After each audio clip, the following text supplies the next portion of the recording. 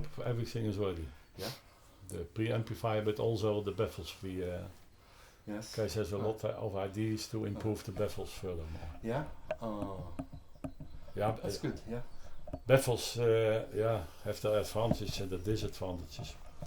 But at this moment, I prefer baffles. Yeah. Open baffles. Absolutely. Okay. Yeah.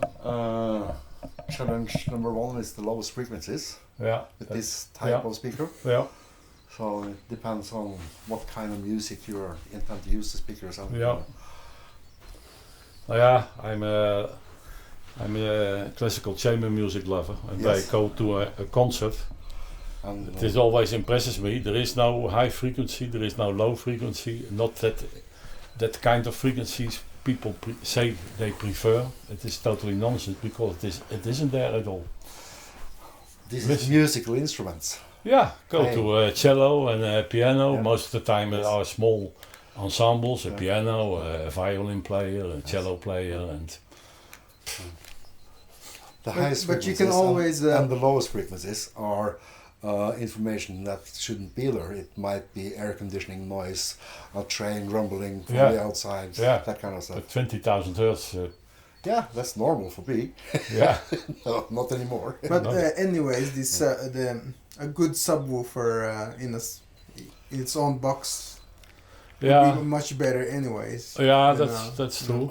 Yeah. That's true. But wait and see. Yeah. So yeah. I have a client, Peter, hoe heet die? Kerstholt. Ik weet niet hoe jij dat eigenlijk vindt, Rob. I have a client who has 2 Crankshendos and he has a rather good subwoofer. yeah, Je hebt dat gehoord, hè Rob? Ja. Wat vond jij ervan? we did that in Horten. We did that in Horten. We just Sorry? added a subwoofer. Niet goed? No.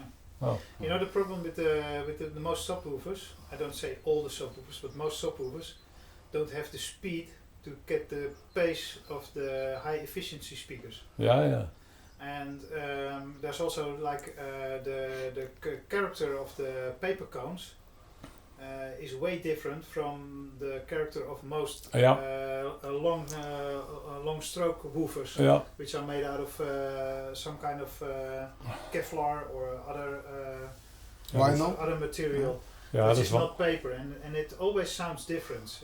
I've used subwoofers as well in the past, and it always was like it's a little different from the main system. Mm-hmm. Yes. That's my opinion. So Yeah, and also subwoofer is band limited to the lowest octaves, and if it's has no high frequency energy, then it's also by the laws of physics not able to move fast. yes, Ja. yes, true. Yeah. You know, at Triode Festival we were listening to a system which was made from Grimm audio. I don't know if you've seen it. It's a very flat box. Yeah, it's very good. And it's got a big woofer, Yes. long stroke woofer, Yes. lying on the ground. Yes. Yeah. It's firing upwards, Ja. and it's got 2 units, and it's all how you call it? It's all powered by each unit has its own amplifier. That's the newest Hypex, but then the better ones. Mm-hmm. And it's all made flat with how you call the technique nowadays? DSP? DSP. Thank you, DSP technique. And I was really amazed, shocked by the quality of the imaging and the tonal correctness of the system. And it was in a very big room in Berlin, and it really rocked everything. I mean, it could be played so loud that the woofers were walking underneath. Yeah. But that's one thing that plays really loud. But it was very correct. Yeah. I was really the face. Everything was. I know. I was really amazed. I know. I met them in Munich. Yeah.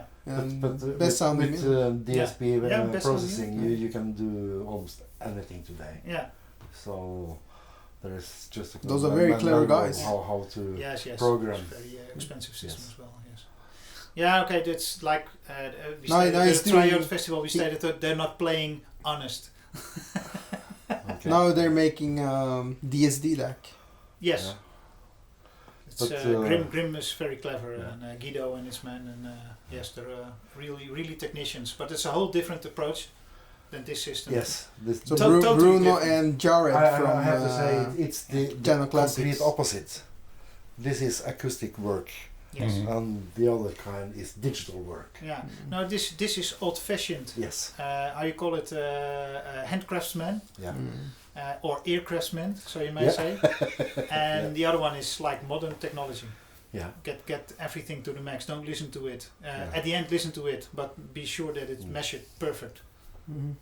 If you I have think. if you have enough DSP processing power, you can make any speaker sound wonderful. Yes. And especially And the that's power. Yeah? Yeah. Any speaker? Any speaker. Yeah, it's Yes. bigger. That's what they did. Yeah. They each unit has slightly different parameters, That's what and this. they corrected with the DSP. You know, Yeah. that's what the French guys, what you call it, DFLS. DFLS. Yeah. when it first came, I thought, oh, this is good. And I thought, oh, this is not new. This is like what Focusrite did back in 2001. They developed this microphone preampler with DSP, so you can just change the. Simulate it's- all the microphones. Yeah, it was called the liquid preamplifier. Oh, that's a good name. Yeah. So you can change the tonal character from tube to solid state, and I was thinking, oh, it's just the same. Yeah. And the audio files go crazy. Oh, it sounds good. Nah, you can make it sound how Like good you you want. want. Yeah, like you want. Yeah. So More or less. it's More a or fake less. sound. Okay, within certain physics. That's- It's a fake sound. But is it The- true the- what you say that it's This But- is cheating in. Yeah, some but, kind of- Because, but the uh, first version of the liquid preamp was 96 kHz, but the new ones are way more higher sample rate. So What do you want to say, Hans? Is it true? now, could it sound like a very good tube amplifier? no. No, that's not what I listen to. I don't. That's what Mutaba said. Yeah. But what I've heard Mm. in Berlin through the system of Tent Labs and Grimm, Yeah. that was something that was so utterly perfect, Yeah, it so near. Voices were so real, Mm-hmm. and everything had energy. I Mhm. mean, Yeah. if you say energy, Mm-hmm. that kind of energy only from your voice is hard to reproduce through a dynamic speaker. Yeah. Mm. And in that system, everything had energy, from the lowest frequency up to the highest Mm. frequency. Everything was suddenly there, and then it was gone. Mm-hmm. I mean, and if it must be ringing, then it was ringing. But it was making also music. It was making more than music, Hans. Yeah, You know, yeah. I'm very skeptic about Yeah. those Yeah, systems. yeah. But I was stunned. We sat there, we drank whiskey, we stayed up all night, Yeah. just with Arend Jan, my Yeah, friend over there. We blew up one of the tweeters. Yeah. Good. Good. But it was a very good system. I was really amazed. I make compliments to Guido as Yeah. well. Yeah. I did not expect it. There is one thing then with DSP processing, it should be so well designed that it's not possible to blow anything as well, because the DSP should also be programmed in the limitations of the speaker, so it should be protected. before it goes I into talked with Guidos separation. about Yeah, that, yeah. and he said yes, that's true. But they were using, I believe it was vocal tweeters or something. Yeah. He said, and there are differences in wiring. So we Yeah. repaired it because Yes. it was meltdown of one of the wires. Yes. So there was like a little bit. I call it the glitch in the magnet wire. Yeah. So it was like an high current. Well, it melts away. So that was exactly what has been done, not on the voice coil itself, but from the terminal up to Connection the needs- voice. yeah. So we could repair it. We just soldered it back together, Okay, and it yeah. was playing again. It was But yes, then totally true. moving so fast that the lid broke. Yes. Yeah. Yeah. So, but So- there was like 300 watt amplifiers for each unit. Cool. Yes. Yeah, that's normal. Class D. Yeah. Hypex. Yeah, I know that's normal because Formidable, really. yeah, And it such was- some, But my point is that people are paying way too much for those amplifiers. It's just a chassis, Now these Okay. are the Mola. No, Mola. DVL. Yes, there's no need to devilet. DVL. The devilet uses other modules. These are by Bruno Putzhuis. You I know, Bruno? I know. Bruno. He developed those new Encore. Encore, I know, yes. I know. And these Encore units were in there. It was the first time that they were in there. And according to Guido, I cannot say from own experience, but according to Guido, they are much better than the normal Class D Hypex modules. And well, I must say it sounded very good. So They are for sale now already, or not? yes, Oh. yeah, they're huge. Is het soms dat ronde ding? Je hebt No, zo'n- it's Small a boxes. very flat speaker with two. Nee, die ken ik. Nee, ik bedoel de versterkers. Ik zat vorige week voor de gein even te kijken bij Ja, met de Hypex. golfjes erop. Bovenkant, Mola. Oh, It's ja, called nee, Mola. ik kijk naar die. I had a look at the The pins. PCB. PCB is like more or less round. Yes. Oh ja, a circle. Yes. Is Okay. that the amplifier? Yes, the small one. It is And not you- so expensive.